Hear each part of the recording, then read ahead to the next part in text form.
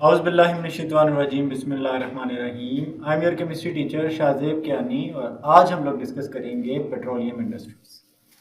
Petroleum industries की अगर हम बात करें तो स्टार्ट करते हैं पेट्रोलियम की डेफिनेशन से। Petroleum is a natural product.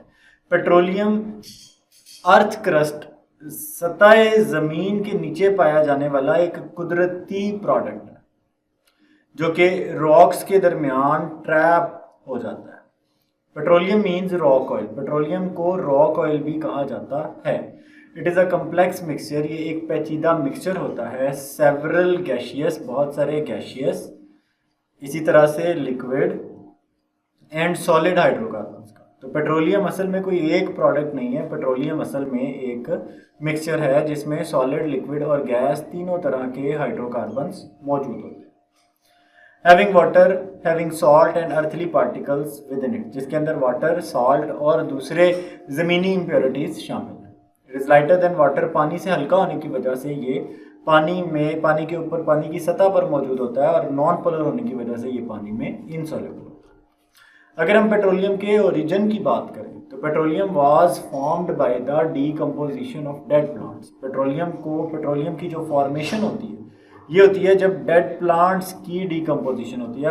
Dead plants की डीकम्पोजिशन होती कैसे है कि लाखों साल पहले जो प्लांट्स ज़ेरे ज़मीन आ गए, millions of years ago, under high temperature, ज़्यादा pressure, under very high pressure, absence of oxygen, जहाँ ऑक्सीजन जो थी वो एब्सेंट थी, ठीक है, एब्सेंस ऑफ ऑक्सीजन में ये कन्वर्ट हो गए।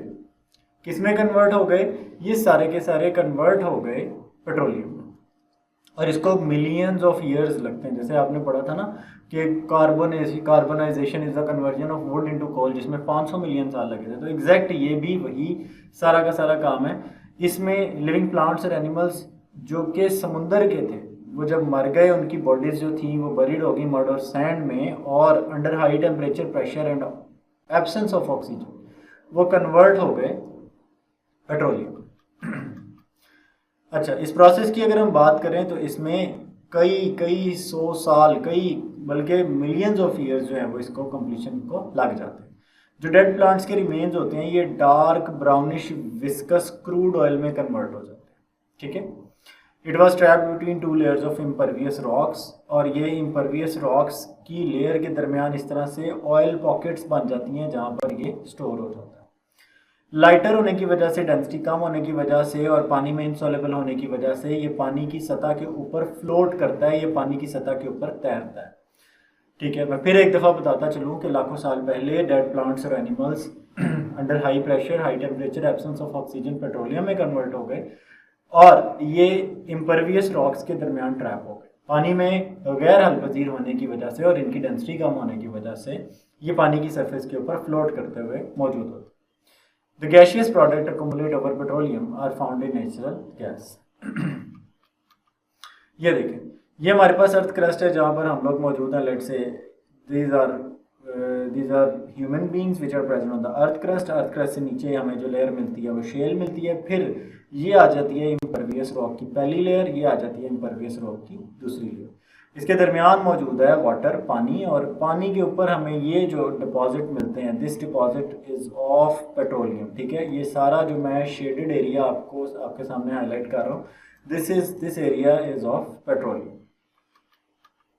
Extraction of petroleum. पेट्रोलियम की एक्सट्रैक्शन कैसे की जाती है? पेट्रोलियम इज एक्सट्रैक्टेड, पेट्रोलियम को एक्सट्रैक्ट किया जाता है बाय ड्रिलिंग होल। ये देखें, पेट्रोलियम को एक्सट्रैक्ट किया जाता है कि इस तरह से एक होल ड्रिल किया जाता है, डायरेक्ट पेट्रोलियम पॉकेट तक होल ड्रिल किया जाता है, और इसे तेल का कुआं या ऑयल वेल कहा जाता है। अर्थ क्रस्ट के ऊपर ये होल किया जाता है। When a well is drilled, जब एक कुआं खोदा जाता है थ्रू द रॉक्स, इन चट्टानों में से natural gas comes out first. पहले नेचुरल गैस आती है विद अ ग्रेट प्रेशर के साथ, और जब गैस का प्रेशर सबसाइड हो जाता है तो फिर आता है जी क्रूड ऑयल, जिसको पंप आउट करना पड़ता है, जिसको पंप लगाकर क्रूड ऑयल को बाहर निकालना पड़ता है। अगर हम देखें ऑयल की, तो ये देखें, ये हमारे पास एक सर्वे शिप है जो कि ऑयल का सर्वे करता है कि हमारे पास इम्परवियस रॉक्स के दरमियान किस जगह पर कितने ऑयल के डिपॉजिट्स जो हैं वो मौजूद हैं, like this. Refining of crude oil. जब ये मिक्सचर जो पेट्रोलियम क्रूड ऑयल की फॉर्म में मौजूद होता है इसको निकाला जाता है तो फिर इसकी रिफाइनिंग करनी होती है, क्योंकि इसमें सॉल्ट, इसमें वाटर, इसमें अर्थली पार्टिकल्स मौजूद होते हैं। इसके अलावा बहुत सारी फ्रैक्शंस का ये मिक्सचर होता है, तो हर फ्रैक्शन को अलग-अलग करना होता है। तो क्रूड ऑयल को रिफाइन किया जाता है ऑयल रिफाइनरीज में। Refining process is the separation of crude oil. Refining process में क्रूड ऑयल को सेपरेट किया जाता है बहुत सारे दूसरे इंपॉर्टेंट फ्रैक्शंस में। It is carried out by the process called fractional distillation. इसमें इस प्रोसेस को फ्रैक्शनल डिस्टिलेशन का नाम दिया जाता है, जिसमें फ्रैक्शन टू फ्रैक्शन डिस्टिलेट किया जाता है। Difference in boiling point, boiling point में डिफरेंस की बुनियाद पर तमाम फ्रैक्शंस को अलग करने का प्रोसेस कहलाता है fractional distillation. Principle of fractional distillation की बात करें तो it is based on the separation of a substance depending upon their boiling point. Boiling point में डिफरेंस की बेस पर सब्सटेंसेस को अलग करना फ्रैक्शनल डिस्टिलेशन कहलाता है।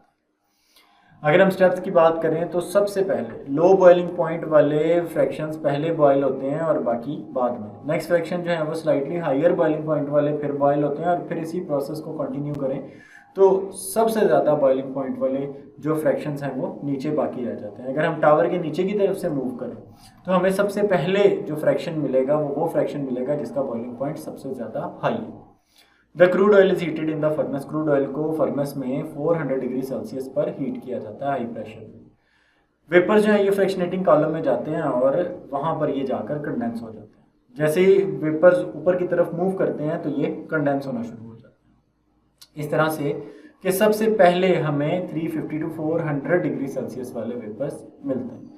अगर मैं इस प्रोसेस को एक्सप्लेन करूं टावर से तो आप ये देखें कि इस पूरे फ्रैक्शनेटिंग टावर में फॉर एग्जांपल यहाँ पर क्रूड ऑयल रखा जाता है और क्रूड ऑयल को यहाँ रखने के बाद इसको हीट किया जाता है। क्रूड ऑयल को जब हीट किया जाता है तो क्रूड ऑयल में से बेशुमार वेपर्स ऑब्टेन होते हैं, ठीक है। अब ये तमाम तर वेपर्स मूव करते हैं ऊपर की तरफ। सबसे ऊपर आपको मिलता है पेट्रोलियम गैस, क्योंकि इसका बॉइलिंग पॉइंट सबसे कम है। सबसे नीचे सबसे पहले आपको मिलता है 350 टू 400 डिग्री सेल्सियस वाला। तो vapours of the medium and lower boiling point fractions rise upward. जिनका मीडियम और सबसे कम बॉइलिंग पॉइंट है ये सबसे ऊपर चले जाते हैं in the tower and condense gradually with respect to their boiling point. और अपने बॉइलिंग पॉइंट के लिहाज से ये कंडेंस हो जाते हैं। इन दिस वे, इस तरह से क्रूड ऑयल सेपरेट हो जाता है into 6 hydrocarbon fraction, 6 hydrocarbon fraction. Each fraction has its specific boiling range, composition and uses. और इन फ्रैक्शंस की अगर मैं बात करूं तो आप देखें petroleum gas, petroleum ether, gasoline, kerosene oil, diesel oil और फ्यूल ऑयल शामिल। कुछ ऐसी फ्रैक्शन हैं जो 400 डिग्री सेल्सियस पे भी इवेपोरेट नहीं होती, बॉयल नहीं होती। उन तमाम फ्रैक्शन के मिक्सचर को रेजिडुअल ऑयल कहा जाता है, जिसको फिर अबव 400 डिग्री सेल्सियस हीट किया जाता है। तो ये था जी हमारे पास पेट्रोलियम का ओरिजिन। पेट्रोलियम को निकाला कैसे जाता है ज़मीन से, क्रूड ऑयल क्या चीज़ है और क्रूड ऑयल से तमाम तर फ्रैक्शंस को फ्रैक्शनल डिस्टिलेशन से किस तरह से अलहदा करते हैं और कौन सी 6 फ्रैक्शंस हमारे पास ऑब्टेन होती हैं किस टेम्परेचर पर। तो see you guys in my next video. Take care, अल्लाह हाफिज़।